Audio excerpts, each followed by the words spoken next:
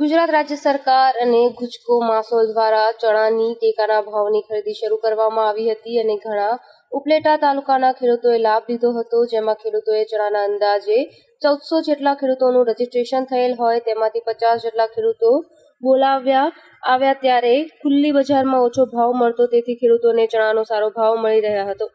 ગુજકો માસોલ દ્વારા ચણાના ટેકાના ભાવની ગુજકો માસોલ અધિકારી ચૌધરીની હાજરીમાં આ શરૂ કરવામાં આવેલા કેન્દ્રમાં મંડળીના દલપતભાઈ માકડિયા તેમજ મંડળીના સભ્યો અને ઉપલેટા માર્કેટિંગ યાર્ડના હરિભાઈ ઠુમર અને ખેડૂતો હાજર રહ્યા હતા અને આ કેન્દ્ર શરૂ કરવામાં આવ્યું હતું. ખરીદી કેન્દ્ર શરૂ કરવામાં આવતા ખેડૂતોમાં ખુશીનો માહોલ જોવા મળ્યો હતો. ચણાનું ખરીદી અમે ચાલુ કરેલ છે. આનું 1400 ખેડૂતોનું રજીસ્ટ્રેશન થયેલ છે અને એમાંથી કાલે 50 ખેડૂતોના મેસેજ નાખ્યા હતા. એમાંથી 30 થી 35 ખેડૂતો માલ લઈને આવેલા છે અને સારા પ્રમાણમાં ખેડૂતોને આનંદની લાગણી છે. અને સરકારે પણ મગફળીના અનેક જણસીઓના ખરીદી કેન્દ્ર ચાલુ કર્યા. ખેડૂતોમાં ખૂબ આનંદની લાગણી છે અને ભાજપ સરકારની કામગીરી ઉપર ખૂબ ખેડૂતોની લાગણી હોય, જેના કારણેથી ખૂબ ભાવ સારા મળી રહ્યા છે. એ બદલ ભાજપ સરકારનો ખૂબ ખૂબ આભાર માનું.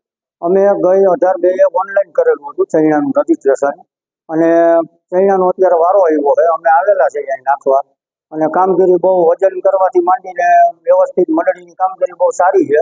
અગાઉ અમે તુવેર અને મગફળીને એવું નાખેલું હતું સરકારમાં, તો એમાંય પૈસા અને વ્યવસ્થિત ટાઈમસર જમા થઈ ગયા હતા. અત્યારે ચણાનું બહુ વ્યવસ્થિત કામગીરી હાલે અને ખેડૂતને કંઈ હેરાન થવું પડતું નથી. અને આવી રીતની જો સરકાર આ ખરીદી કરતી રહે તો કાયમી ધોરણે બજારમાં ભાવ જળવાઈ રહે, જેથી કરીને કામગીરી સારી. Bureau report, અર્શીભાઈ Ahir, Upleta.